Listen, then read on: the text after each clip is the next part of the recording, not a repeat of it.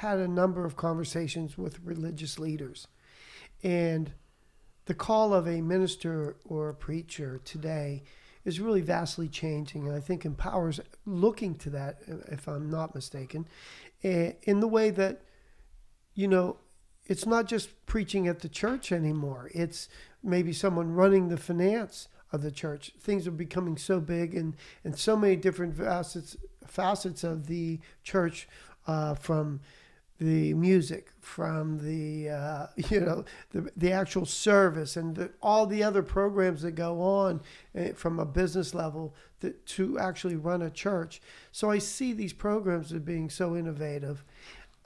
Was this your thought as well, for the innovation and to allow your church to offer these programs? Because I don't see that there are many of these opportunities out there. Yeah, well, I'd say that we're a work in progress. We're finishing up our third year now. So we launched in 2016. Our pastor, Sam DeMarco, had this vision to launch a ministry school. And so when I heard about that, I was very excited. And so I mentioned to him that I would like to be part of that. And so we started talking about this. This is probably 4 or 5 years ago. Mm-hmm.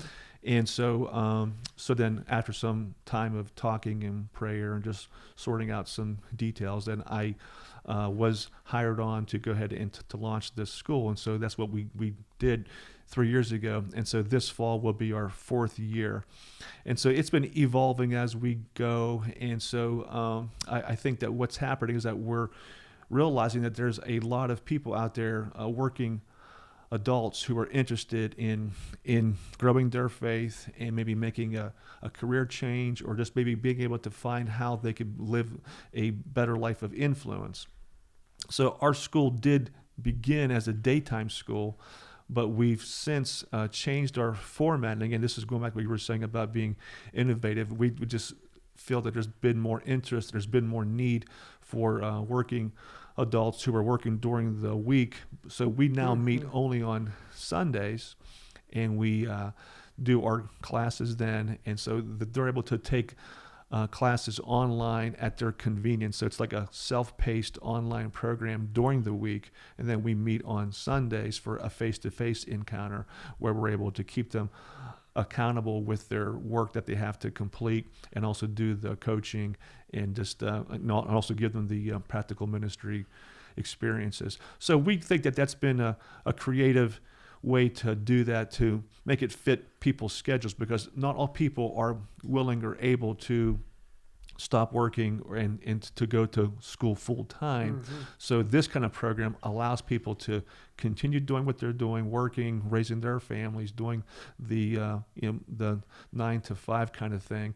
But then on the weekends, then they're able to fit in this other training on top of their online training that would fit their own personal schedules. Do you have to be a church member to attend the Empower?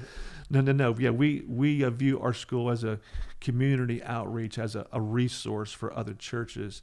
And so what we love to do is work with other churches. It's not meant just to be a thing just for our own church membership. Now, granted that since we are rather new, most of our people have come from our own church, but we are branching out and we are getting interest from other churches.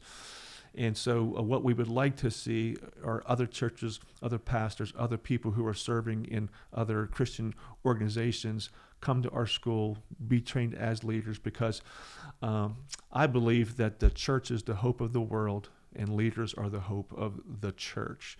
And so what we want to do is invest in leadership growth, because when the leaders are healthy, the church is healthy. When the church is healthy, we make the world a better place.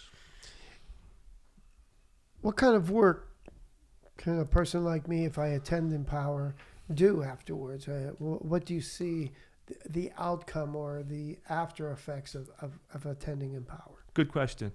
So certainly ministry for someone who has a desire to be a pastor, be a missionary, be involved in serving children, maybe serving maybe in some other kind of a nonprofit human service organization, but also just about anything. I mean, someone who maybe has a musical gift and they want to write songs, they want to write music, they want to... You know anybody like that? A few people, yes.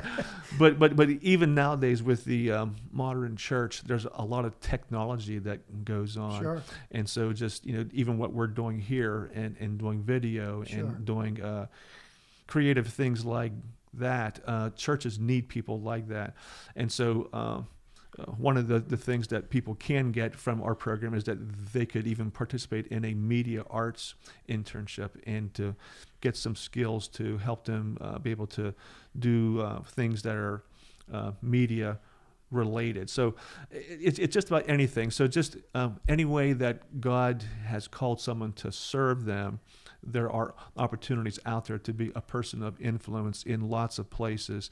And so we're not limited to just serving in the church. There's I tell people all the time, there's 168 hours in each week, and we might spend an hour or two in the church. So really that means that the bulk of our ministry should take place not in the church, but outside the church. Sure.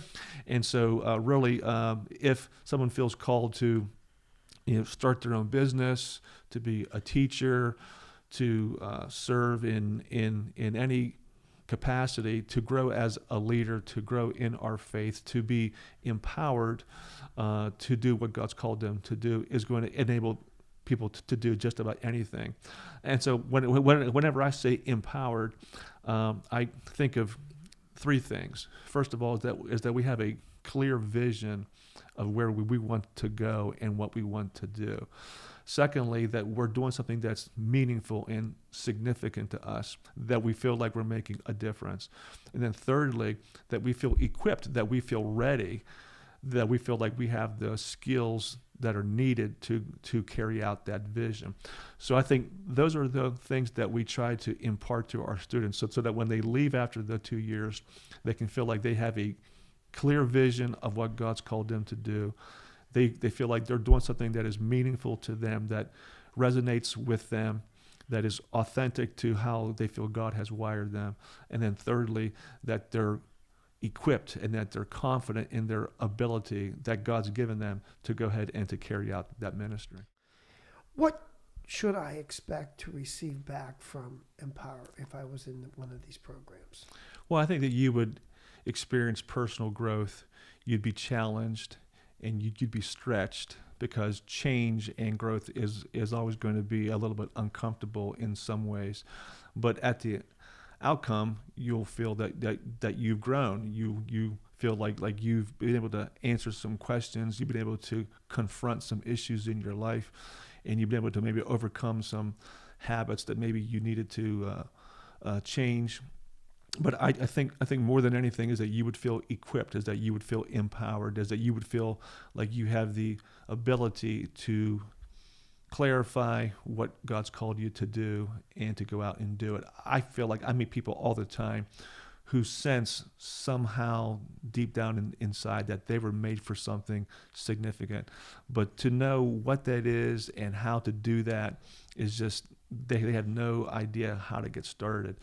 And so I feel that most people carry that sense of something in their heart, that they feel like their life has a purpose, their life has a meaning, but they're just not really sure how to tap into that or how to put that into a practical day-to-day lifestyle. And so that's what we want people to walk away from, is to grow in their character, grow in their confidence of their divine design, because I believe that God calls us to do what he's equipped and prepared us to do. So there is this divine design, I call it, this wiring that God's placed inside of us. And so we need to kind of tap into that and to realize what that is and to maximize those abilities for his service. I love the fact that you are looking towards helping people find their purpose, the Lord's purpose for them.